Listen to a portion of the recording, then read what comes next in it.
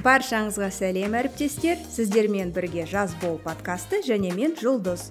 Жазбол подкастында біз Магнум туралы, біздің жаңалықтары мен жетістіктері туралы сөйлесеміз. Бүгін біз футбол туралы сөйлесетін боламыз. Өздеріңіз білетіндей, біздің мини-футболдың Магнум командасы Алматының шағын футбол лигасының күзгі турнирінің D2 лигасында жеңіске жетті. Бүгін бізде қонақта Magnum Express форматының қауіпсіздік қызметінің бастығы Рустем Кайырбеков, Рустем Magnum командасының капитаны, және тауарлық қорларды басқару департаментінің маманы Даулет Езбергенов. Қош келдіңіздер, әріптестер. Барлықтарыңызға сәлем. Саламатсыздар ма? Рустем, Даулет, келгендеріңіз үшін рахмет. Ең алдымен сіздерді жеңістеріңізбен тағы да құттықтаймыз. Өте керемет нәтиже. Рахмет Кәулген. Сіздер 18 команда арасында бірінші орынға ие болдыңыздар. Бұл өте керемет нәтиже. Менің ойымша, ең таңқаларлық нәрсе Magnum командасы шағын футболдан ойындарына жақында ғана қосылғанымен, сіздер МФЛ лигасында биылғы жылдан бастап ойнайсыздар ғой, бірақ қазірдің өзінде керемет нәтиже көрсетіп жатырсыздар. Бұл өте керемет. Сіздер өмір бойы футболға болған сияқтысыздар. Рустем, айтыңызшы, сіз футболға қалай және қашан кірдіңіз? Неше жыл болды жаттығаныңызға? Мен кішкентай кезімде, бала кезімде, мектеп оқыған кезде ағаларыммен, достарыммен көбінесе футбол ойнайтынбыз. Көбінесе ағаларыммен баратын. Ағаларым бәрі спортты жақсы көреді. Бұлай арнайы футбол секциясына қатысқан жоқпын. Түсінікті. Даулет, ал сіз ше? Сіз қанша жыл ойнадыңыз? Қай жылдан бастап жаттығуды бастадыңыз? Жыл деп айта алмаймыз, бірақ мектеп кезден бастап ойнадық. Біздің мектеп облыста тұрғанға, облыста особо футболға ойнайтынбыз. Футбол ойнап үйреніп, өсе келе универ араласында жарыстар болды, соған қатыстық. Сол жақта мені қақпашы ретінде қойды. Сол қақпада жақсы тұратын өнерлерім шығыпты. Соны қақпада тұрдық. Үздік футбол қақпашы болдық. Сосын барып алымға кіргелі бері қақпашымен кіргем негізі. Бірақ қақпашыдан емес, ойнаушылық оқпайды, ойнап жүрміз қазір. Магнумда жұмыс істейтініңізге қанша жыл болды, Рустем? Мен Magnum компаниясына 2016 жылы қазан айында кірдім. Қазіргі таңда 6 жылдан астам уақыт өтіп кетті уже. Қауіпсіздік қызметінің? Қауіпсіздік қызметіне кірдім ең басында. Содан бастадық. Ал сіз, Даулет? Мен 1 жыл болды негізі. Нақты 1 жыл болды деп айтса болады.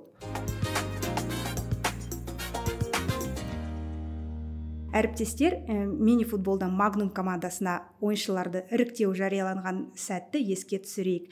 Сіздерге іріктеуге қатысу туралы шешім қабылдау оңай болды ма? Бұл күн есіңізде ме? Есімде. Телеграм-боттан келді, почтаға келді. Сол почтада телеграмнан қарадым, футбол ұйымдастырып жатқан Елена Старовойтова. Бірден сол кісіге хабарластым, бәрін сұрадым, анкета бәрін толтырып, 5 күннен кейін уже неге бардық? Іріктеуге бардық, іріктеу. Тренер келеді деді, сол профессиональный тренер бар екен, сол келді. Даулет? Мен негізі ол кезде жаңадан кірдім ғой, 1 жыл болды, содан кейін бір где-то февральда кезінде қойдым. Келген кезде мен жоқпын, маған рассылкалар келмейді. Мен жаңадан почтадан кірдім, жаңа почта енді алып нетіп жатқанда рассылка келмейді. Соң отырып ойда жоқ, бірақ жанымдағы коллега дейді ғой, солармен сөйлестім, футбол ойнаймын, неге сөйтіп сөйлесіп жүрген кезде и жанымдағы қызға неге рассылка келеді. Футбол жайында. Ол тұрады, сен футбол ойнайсың ғой? Мен футбол ойнаймын деймін. Рассылка келіп тұр, жинау дейді да, команда жиналып жатыр. Мен ойладым, Magnumның өзінің ішкі жарысы шығар деп. Жарайды, мен айтым, сен арқылы берейін, бірақ атын жөнін жазайын деп, сояқтан номер алып, Елена звондап, сомен хорошо деп айтыр. Кірдік, бардық, негізі мен қақпаға тұрдым іріктеу кезінде. Мен негізі қақпашы деп жазып алған, бірақ ойын басталған ойын, МФЛ-дің ойындары басталғалы бері, мен уже ойыншыл ретінде қойды ғой. Керемет. Magnumның МФЛ ойындарына қатысуы туралы не ойлайсыз? Футболға деген сүйіспеншілік пен бірлескен жаттығу, бас кеңседегі мен дүкендердегі әріптестерді жақындастыруға көмектесе ме? Қалай ойлайсыз? Көмектеседі. Біріншіден, бірінші маусымда ойнағанда кішкене арамызда, команданың арасында бәрі көбінесе бір-бірін танымайды. Өйткені бәрі бір филиалда жұмыс істемейді ғой. Бір жерде жұмыс істемейді. Әр филиалдан жиналған сол үшін кішкене басында бірінші маусымда түсініспеушілік болды. Содан кейін уже ақырындап бір-бірімізбен араласа бастадық. Жаттығуға бірге келе бастадық. Алыста тұратындар, мысалы мен алыста тұрам, жолдан балаларды алып, бәріміз жиналып, уже екінші маусымда уже бір-бірімізбен жақсы араласа бастадық қой. Негізі бірінші маусымда негізі бәріміздің ауызбіршілігіміз бірдей болған кезде, осы қазіргі ретінде бірінші маусымда негізі бірінші орын алып кететін едік. Сондықтан ғой бірінші маусымда ауызбіршілік болмағаннан кішкене біз 22 команданың ішінде 17-ші орын алдық. Екінші жылы уже маусымда уже біз дос болып араласа басталғаннан кейін бастап дос бола бастадық. Әріптестер, рахмет. Магнум командамыздың жеңісіне оралсақ, бұл өте үлкен жетістік, және бүкіл Магнум қазір сіздерді мақтан тұтады. Сіздер қазір нағыз жұлдыздарсыздар. Біздің компаниямыздың атын Алматыдағы футболда бірінші қатарға шығардыңыздар. Еңбектеріңіз үшін көп рахмет айтқымыз келеді. Жеңісіңізден кейін сіздерде эмоцияларға толы болған шығарсыз, Командаңыз өз лигасында жеңімпаз болғаннан кейін не сезіндіңіз? Осы күн есіңізде ме? Осы туралы айтып берсеңіз. Әрине есімде. Бұл негізі сол НФЛ-дің екінші сезонында біз бастадық, жақсы бастадық, ортасында бірге ұтылдық. Маусымның аяқталатын кезде бір 4 па 5 ойында мен ауырып қалдым. Күн суыта бастады, ауырып қалдым деп бара алмадым. Бізде ең соңғы ойынымыз Союз деген команда болды. Олар 3-ші орында келе жатқан. Біз 1-ші орында, очколарымыз бірдей болды. Ұпайларымыз бірдей болып келе жатыр. Негізі біз ол ойында ұтылған кезде біз 2-ші немесе 3-ші орынға түсіп қалатын едік. Сол ауырсам да мен барып, командалармен бірге бірігіп, қарап, көріп, эмоцияға да. Сол кезде біз ұттық. Бізден кейін тағы да 2 ойын бар. Жаңағы Көкқайнар деген команда 2-ші орында келе жатқан. Солар біз ұтқандан біздің ұпайларымыз жоғары болғаннан біз 1-ші орында екеніміз білдік. Сол ойынды ұтқаннан свисток берілгеннен біз ана жерде поляда бүкіл даусымызды айқайлап, жаңбыр жауып жатса да бәрібір футболкалар шешіп айқайлап қуандық. Керемет. Сол ең шешуші ойын сол болды ғой, Союз деген командасымен. Өйткені соңғы ойынға дейін жеңімпаз анықталмады. Соңғы ойын шешуші ойын болды. Сол соңғы ойынға бәріміз өзіміздің неміз бар, WhatsApp-та тобымыз бар. Жоқта бір-бірімізді қолдап, бір-бірімізбен сөйлесіп, араласып, настрой дейді ғой, настрой. Бір-бірімізге настрой беріп, сол соңғы ойынға солай келдік. Жеңімпаз боламыз деп ойламадыңыз, Жоқ, жеңімпаз боламыз деп, сол ең соңғы ойынға жеңімпаз боламыз деген оймен келдім мен өзім. Сондай оймен келдім. Негізі сезон басталған кезде біз ойлаған жоқпыз, негізі 1-ші орын аламыз деп. Біз де ойна бастадық, ұтылған сәттер де болған, ойнай бастап келе жатыр, қарасақ уже бізде 30 көп. 1-ші орында тұрмыз әлі. Bizim балалар біз 1-ші орында тұр екенбіз, арамызда 6 очко, ұпай жетпейді. Біз жігіттер біз 1-ші орында келе жатырық. Біз ұтуымыз мүмкін, 1-ші орын алайық. Сол ортаңғыдан баса 10 матчтан кейін баса біз ары қарай уже жеңеміз деп уже ойнадық. Бірақ жеңілген кездері де болды. Жеңілген кездер болды әрине. Ол кезде андай болады ғой. Айтады ғой, жизу поймали дейді ғой. Сондай болып қалдық ғой. Астына отып келе жатырық барлықтарын. Команда қарсыластарды асып нетпедік та, слабо ойнайды деп ойладық та. Недооценивали. Да, сол сөз. Сөйтіп ойнай алмайды деп мындай дайындықсыз жай ұта саламыз деп бардық. Сол бізді ұтып кетті олар. Сосын біз түсіндік, өйтіп ойнауға болады, әр қарсыласқа қандай дайындалып бару керек, қандай мықты ма, жақсы ойнай ма, жаман ойнай ма, бүкіл командаға қарсыласақ жақсы дайындалып бару керек болды. Сондықтан бізге сабақ болды ғой.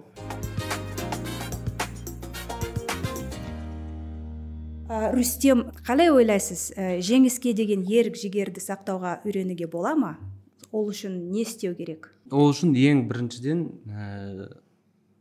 дисциплина ғой, дисциплина.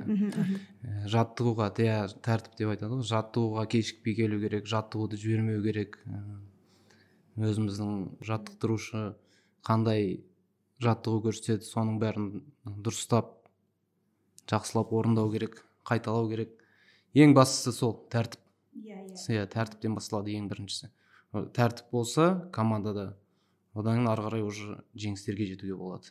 Жетістігіңіздің кілті осы, жетістігі, сол тәртіп. Екіншіде мен ойымша ол тәртіп бірінші, екінші ол ауызбіршілік. командалық рух, түсінушілік.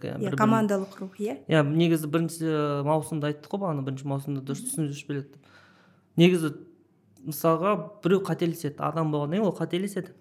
Ойын жағдайда бір қателесіп, ол сол арқылы бізге гол кіріп или ұтылып қалған жағдайда адамда мысалы командаласыңа ей сен неге қателестің, неге сен бүйтесің, неге сөйтесің емес, наоборот ол олай болып тұрады. Адам қателессе ештеңе етпейді, келесі жолы сен қателеспейтін боласың, біз саған көмектесеміз деп алып кеткен. Бірінші маусымда біз кішкене сонда арамызда болмады, екінші маусымда уже біз бірімізге неде бастадық, қалжыңдаса бастадық. Мысалға футболда бар ғой, ең жатты не зат, очкода дейді ғой, мысалы аяқтың ортасына допты жіберіп жүрген кезде бәрі деп күледі. Уже біреу күлген соны неткенге біз уже қалжыңдасып, ей сен бүйттің, сен сөйттің деп уже қалжыңдап дос ретінде уже сөйлесе бастадық. Сол ойлаймын екінші сол ауызбіршілік, түсініспеушілік бір командада. Және көңіл күйді түсірмеу керек, Ал Рүстем, қалай ойлайсыз, команданы дайындауда жаттықтырушының рөлі зор ма? Сіздердің жаттықтырушыңыз туралы көбірек айтсаңыз. Не ғой, профессиональный тренер, кәдімгідей Бектұрған деген кісі. Біз қысқартып Берік дей береміз. Берік дейміз. Бек аға. Тренер дейміз көбінесе біз. Көбінесе тренер деп айтамыз. Жақсы дайындайды, үйретеді, небір жаттығуларды көрсетеді. Таландырады, таландырады. Көбінесе неге береді, физический нагрузки дейді ғой, соған көбінесе ең басында бірінші бәрімізді содан бастады. Салмақ тастаған балалар бар, біраз салмақ тастаған соның арқасында. Неше түрлі комбинацияларды көрсетті. Керемет. Дәулет, жаттықтырушының қандай нұсқаулары сізге ерекше көмектесті? Негізі мен басында айттым ғой, қақпашы болдым деп. Соны тренердің өзі келді. Негізі біз тренировкадан кейін қайтатын кезде ол мен жақта тұрады. Мен сол кісіні алып кететін. Сол кезде ол келе жатырық машинеде, сол маған айтады, сен неге қақпада тұрсың дейді. Қақпашылар бар бізде дейді.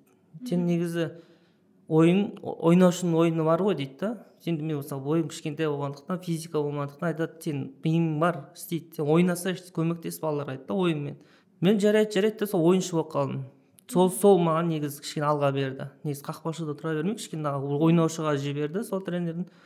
Негізі біздің тренировкамыз жұмыстан кейін сағат кешкі 8-де басталады. Ол центральный стадионда, жанында центральный өз орталық стадионымыз бар, сол жақта ойнаймыз. Бұны неге себепті алдық? Негізі бізде 5 па 6 негізі поле. Қайсысын таңдайсыңдар деп берген кезде біз соны алдық. Өйткені ол жақта сол НФЛ-дің көп жарысы сол жақта өтеді. Біз сол поляға үйренуіміз керек, нетіміз керек. Біз сол жақта алдық, сол жақта ойнап жүрдік. Біздің ойындарымыз именно лигада, олар Спартакта өтеді, ол Горький парктың ішінде. Біз енді ол біздің алға деген себебіміз, ол мен ойымша не сияқты андай. Сол поляда ойнағықтан біз сыға шығуымыз керек болған сияқты. Мотивация. Біз сол поляда ойнап жүрдік тренировкада. Біз осы неде НФЛ-дің жарысында ойнауымыз керек. Тренировка емес, жарысында ойнау керек деген мотивация болды да. Сол енді сыға өттік, сыда сол поляда өтеміз. Енді өзіміздің үйреніп қалған жеріміз ол. Сондықтан сол біздің тренер енді жақсы адам, бірақ бір моменттерде не болады анандай. Өзінің ойында тұрған зат біз істей алмай қаламыз. Кішкенде балалар еріншектеп қалады, ойын кезде шаршап келеді, немесе ойынға настроймен келмей қалады. Сол кезде тренеріміз көреді біздің настрой болмағанымыз. Сол кезде кішкене дауыс көтеріп, қатты сөйлеп жүретін кездер болады. Бірақ ол негізі кейбіреулер ренжитіндер де бар, ренжімейтіндер. Мен ойымша ренжімеу керек сияқты ол. Сен қателігіңді түсіндіріп айтып отыр ғой. Ол ондай қатты емес, сен адам емес, ол сен наоборот көтеру керек, духыңды көтеріп жатыр да ол. Келесі ойын үйтпе.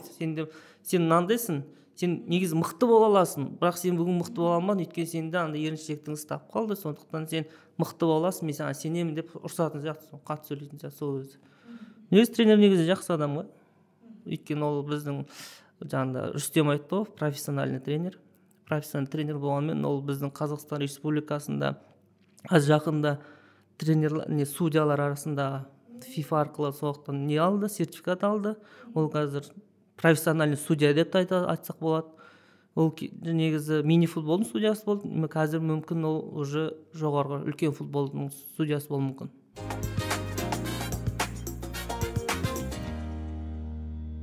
Рүстем, Дәулет, команданы жеңіске қарай алға жылжытқан бұл шешуші сәт қандай болды? Бұл ойын есіңізде ме? Осы ойынның барысы туралы толығырақ айтып беріңізші, бұл өте қызықты.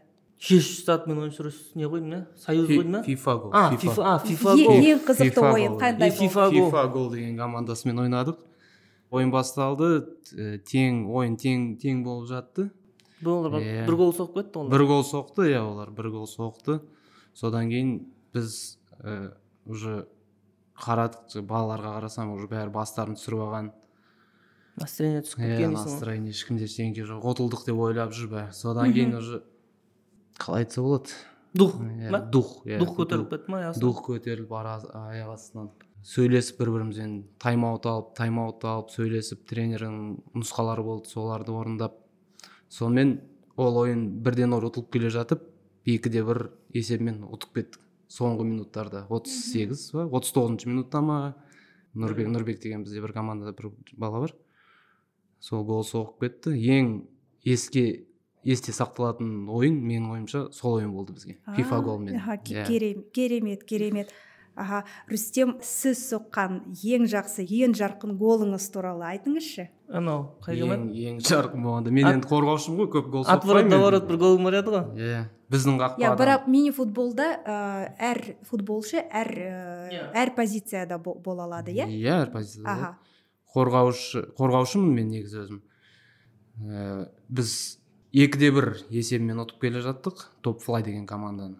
Содан кейін олар келді, шабуыл жасаған кезде біздің қақпаның алдында допты алдым мен, солардың бір несінен, ойыншысынан.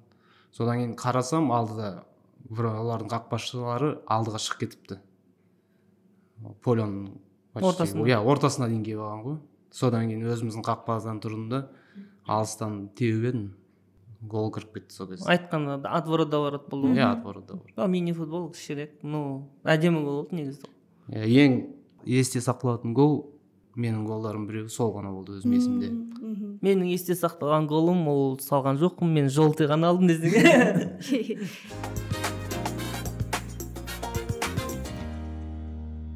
Қазіргі өтіп жатқан футболдан әлем чемпионатында сіз қандай құрамаға қолдау көрсетесіз өзіңіз? Просто в восторге десең.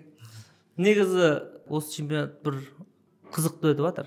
Негізі белгілі бір мықты командалар мысалға жолдан ұшып жатыр. Мысалы Германия, Бельгия группадан шыға алмай қалды мысалға. Мысалы кеше қарап тұрсақ, Испания Мароккодан ұтылып қалды.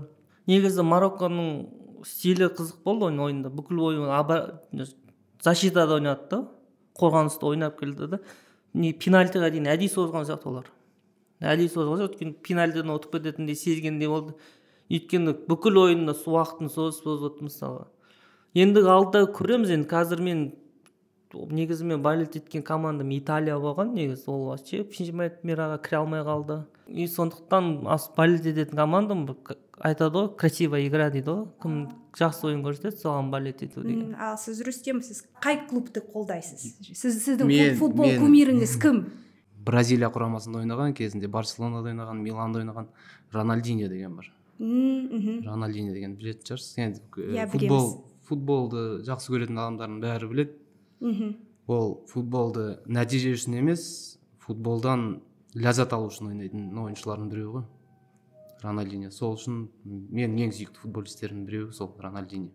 Мен жалпы футбол жанкүйері емеспін, бірақ бүгінгі қызықты әңгімеден кейін мен футболға көбірек қызығушылық танытамын деп ойлаймын. Әріптестер, біздің әңгіме барысында менде осындай қызықты сұрақ туындайды. Футболшының басты қасиеті қандай деп ойлайсыз? Бұл қасиеттер сізге Магнум қауіпсіздік қызметіндегі жұмысыңызда көмектеседі ме, мысалы, Рүстем? Көмектеседі енді. Қандай қасиеті болу керек? Қандай қасиет дейсіз ба? Енді көбінесе бізде қауіпсіздік қызметінде, енді мен өзім ойлаймын, қауіпсіздік қызметінің жұмыскерлерінің бәрінде спортивный тело, физический сила. Көбінесе соған дайын болу керек, өйткені нелер болады, жұмыс барысында жүгіру керек болады. Сол жұмысқа байланысты ғой, бәрі жұмысқа байланысты. Мен өзім дисциплина, тәртіп ол да бар, бірақ ең біріншіден сол менің ойымша қауіпсіздік қызметінде жұмыс істейтіндер жұмыскерлері бәрі сол спортпен шұғылдану деп ойлаймын өзі. Шұғылдану керек деп ойлаймын. Және жауапкершілік, жауапкершілік, ол да бар жауапкершілік деп. Менің ойымша, мен өзім қарасам, футболдың бір қасиеті деген ол команда бірігу, жұдырық болу. Жұмыста да керек ол, ауызбіршілік жұмыста. Барлық адамдар бірге болса. Командада жұмыс істеу, иә? Иә, бірге ол не жеңілдейді, бір қазақта мақал бар еді ғой. Сол бірігу, ауызбіршілік, түсінушілік. Жаңа футболда да сол керек, и жұмыста да сол керек. Сол самый ең қасиетті солай ойлаймын, негізі өзім. Рахмет. Рахмет. Тағы бір сұрақ, жаңадан келген футболшыларға не ұсынар едіңіз? Әрине біздің үлкен команданың көптеген әріптестері осы әдемі ойынға құмар деп ойлаймыз. Сіздер тәжірибелі спортшыларсыз, біз сіздердің кеңестеріңізді естігіміз келеді. Бізден де мықты ойнайтындар бар шығар, тағы да келетіндер мысалға. Жаңадан келгендер, бізден де мықты ойнауы мүмкін, ол немесе ойнай алмаса түсіндіруші бар. Бірақ бастаймын деп енді үйренетін адамға негізі кішкене басын көтеру деп ойлаймын негізі. Футболда көбісі басы төмен тұрады да жан-жағына қарамайды. Жаңадан келген адамдардың сөйтіп ойнайтын болса, айтқан сен кішкене басын көтеріп жан-жағына қара, өйткені бұл командалық ойын, бірігіп ойнайды. Өзің ғана көрсету емес, бұл командалық ойын болғандықтан ол командамен жұмыс жасау деп. Мысалы, команда кіру дегенді мысалы не деп айтады ол? Біз мысалы 5 болса, ол 6 болса, біздің 5-нің арамызға кіріп кету керек та, бәрінің аузын табып тілін білу керек та, и сондықтан ол жұдырықтай боламыз мысалы. Рахмет, керемет. Жақсы кеңес. Рүстем, Дәулет, бүгін өте қызықты әңгіме болды. Күзгі маусымдағы жеңістеріңіз тек бастамасы екеніне сенімдіміз. Біз білетіндей, біздің команда көктемде Алматыдағы мини-футбол лигасының С лигасына ауысады. Сіздер ойындарға қатысуды жалғастырасыздар. Және көктемгі ойындарда Магнум намысын қорғайсыздар, иә? Иә. Алдағы маусымға дайындалу үшін қандай жоспарларыңыз бар? Жоспар негізі ол МФЛ-дің сезоны көктемде марттан басталады. Біз қазіргі кішкене қыстық кезеңде бізде кішкене тренировка жағынан кішкене күрделі болып жатыр. Өйткені дала суық. Содан біз кішкене декабрь айын, мысалы желтоқсан айын біз демалыс ретінде алдық. Мысалы басқа профессиональный футболисттер бойынша бір отпуск алдық қой, кішігірім айтсақ та. Кішкене демалыс алдық. Содан бірақ февральдан бастап ойлап жатыр. Январьдың аяғынан, ортасынан бастап бір тренировка дайындалу. Өйткені С лигасының мықтылар ойнайды.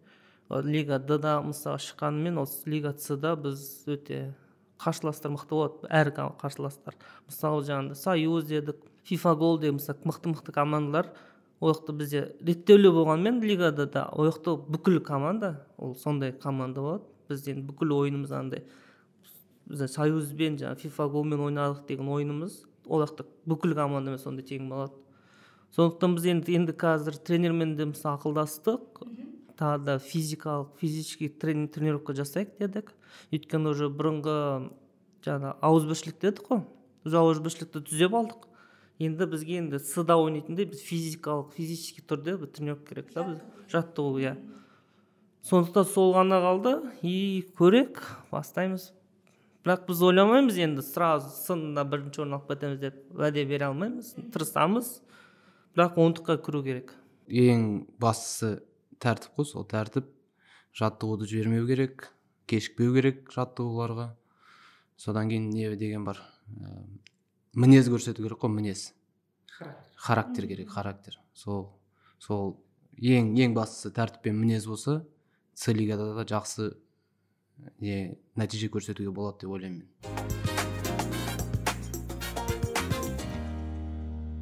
Әріптестер, осы мүмкіндікті пайдалана отырып барлық тыңдаушыларға еске салғымыз келеді. Келесі жылдың көктемгі ойындарында трибуналардың қолдауы біздің командаға өте маңызды болады деп сенімдіміз. Әріптестер, солай ма? Иә, негізі мысалы андай әр адамда кішкене іште ұяты бар ғой. Ойынға мысалы келіп жанкүйер болып келетін кезде мысалы 5-6 адам болып Магнум біз танымаймыз, бірақ біреулер келіп мысалы Магнум давайте десе, ені деген рухың, мысалы ұтылып қалса ұят болады анадан деген сияқты сонда ойына қосымша күш береді, иә? Күш беріледі, соған тырысамыз да. Мысалы ең соңғы ойында, мысалы Союз деген ойында біздің офистан мысалы айтады, ГО-дан офистан келді, жанкүйерлер 5-6 адам келді. Солардың өздері жаңа бізге давайте Магнум молодцы деп қолдау білдірді. Сонун аркасынан да ойлойм утуп кеттик деп сол матч Союзда. Бирок аба ырайы да ол кезде эсиңде ме? Жаңбыр жауып күн турду. суук, жаңбыр жауып. жаңбырга карамай жанкүйерлер келип бизге колдоо берген өтө просто өзү айткан кезде вау. Концертте шапалак ургузат адамдар. Мисалы анчы болсун, мисалы ким болсун, ол шапалак урса, олар сол канааттанат. А бизге тоже сол Магнумга келип, Магнум деп айкайлаган өзүбүздө канатыбыз 2 эсе үлкейет да ол.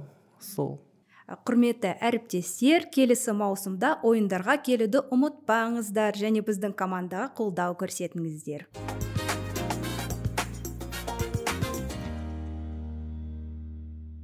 Қазір жыл аяқталады, жақында мереке, жаңа жыл келе жатыр.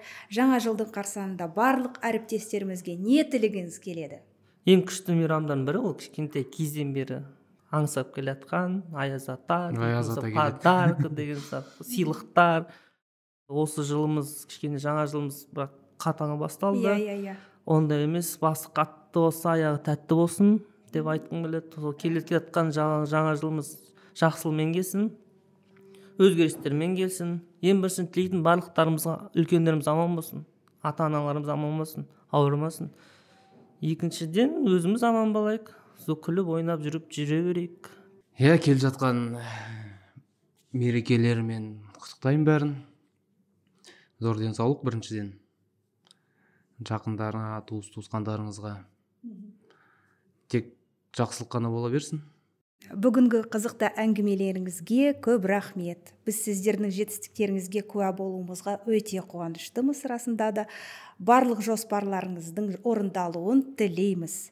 Спортта да, жұмыста да одан әрі көптеген жарқын жеңістер, көптеген ойындар, жетістіктер мен жаңа медальдар тілейміз сіздерге. Рахмет, сіздерге де рахмет шақырғандарыңызға, подкаст жасап. Компанияға рахмет, осындай бәрін ұйымдастырып, жұмыста ғана емес, спортта да басымызды қосып жатқан.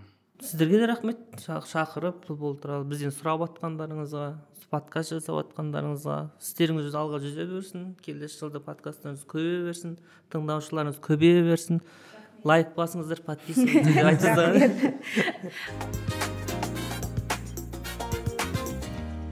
Қымбатты әріптестер, бүгінгі шығарылымыз соңына жетті. Назарларыңызға рахмет. Жазбол подкастымызды Magnum Live Telegram ботымызда және Live сайтымызда, сондай-ақ Apple Podcast, Google Podcast және Яндекс Музыка платформаларында тыңдай аласыздар.